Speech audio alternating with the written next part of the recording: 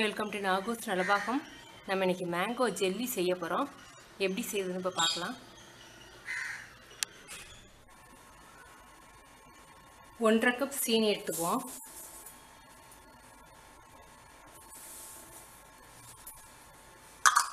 ரெண்டு கப் தண்ணி,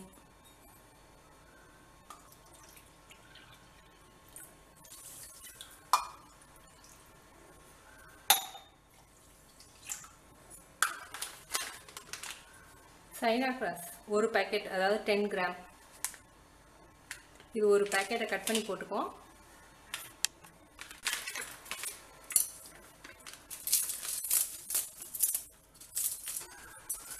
இதை வந்து அடுப்பில் வச்சு நல்லா இதெல்லாம் மெல்ட் ஆகுற மாதிரி காய்ச்சிக்குவோம்.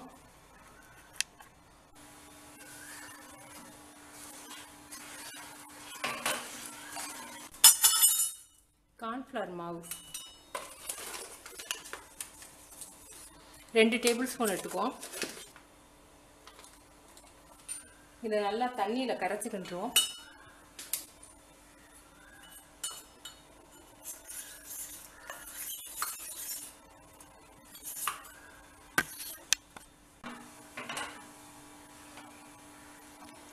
இன்னும் கொஞ்சம் கரையணும் நல்லா. இப்போ நல்லா கரைஞ்சிருச்சு. இப்போ நம்ம கரைச்சி வச்சுருக்க கார்ன்ஃப்ளவர்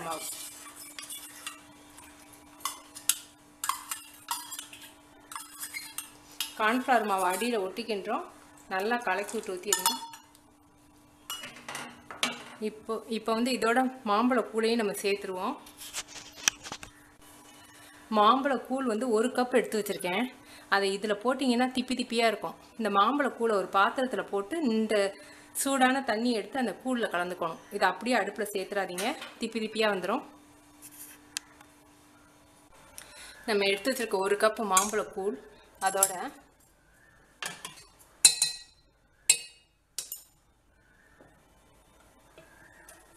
கொஞ்சம் கொஞ்சமாக கலந்து நல்லா கிண்டி விட்டுக்கிட்டே கலங்க. இல்லாட்டி திப்பி திப்பியாக இருக்கும். ரொம்ப நேரத்துக்கு நீங்கள் கிண்டுற மாதிரி இருக்கும்.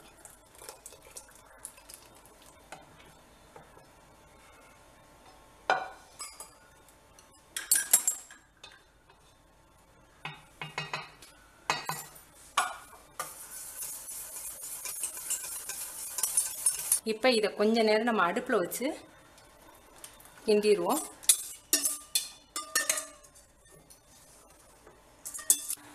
இந்த மாம்பழ கூழ் வந்து கொஞ்சம் கெட்டியாக வரணும். அப்போ தான் ஸ்லைஸ் போடுறதுக்கு உங்களுக்கு நல்லாயிருக்கும். நான் மாம்பழம் வந்து சப்பட்டை எடுத்திருக்கேன். கொஞ்சம் நல்லா கலராக இருக்குது மாம்பழம். இமாம் பசந்த் எடுத்திங்கன்னா நல்லா இனிக்குமே தவிர்த்து கலர் வராது. இமாம் பசந்த் எடுத்திங்கன்னா ஃபுட் கலர் சேர்க்குற மாதிரி இருக்கும். அதனால் நல்லா கலர்ஃபுல்லான மாம்பழம் எடுத்துக்கோங்க. எடுத்து நறுக்கி நீங்கள் நல்லா மிக்சியில் பேஸ்ட் பண்ணி எடுத்துக்கோங்க. இப்போ முன்னாடின்றதுக்கு இன்னும் கொஞ்சம் கலர் மாதிரி கொஞ்சம் கிண்டும் போதே கூழ் மாதிரி தெரியும். போதும், அமர்த்திடலாம். இப்போ இதை வேறு பிளேட்டில் மாற்றிடுவோம். 2 கண்ணாடி பிளேட் ஒன்று, சில்வர் பிளேட் ஒன்று எடுத்திருக்கேன். ரெண்டையும் ஈரம் பண்ணி வச்சுக்கோங்க, இல்லாட்டி ஸ்லைஸ் போடும்போது எடுக்க வராது.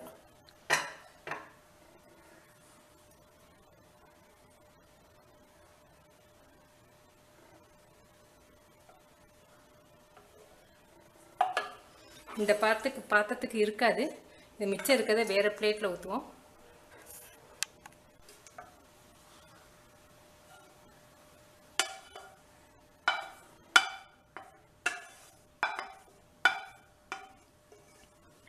இது கொஞ்சம் ஆறின பிறகு ஃப்ரீசரில் வச்சுருவோம். ஒரு அரை மணி நேரம் ஆயிடுச்சு, ஆறிடுச்சு. இப்போ நம்ம ஃப்ரீசரில் வைப்போம். இப்போ சாய்ச்சிங்கன்னா வரல பாருங்கள். இதை வந்து ஒரு 4 மணி நேரம் ஃப்ரீசரில் வைப்போம். 3 to 4 மணி நேரம். நம்ம ஃப்ரிட்ஜில் வச்சு ஒரு 3 மணி நேரம் ஆயிடுச்சு.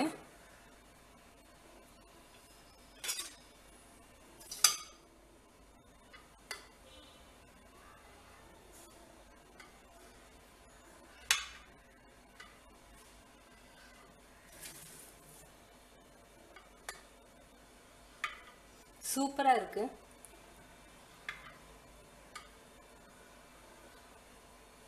குழந்தைங்களுக்கு வித்தியாசமாக ரொம்ப பிடிச்ச ஸ்வீட்.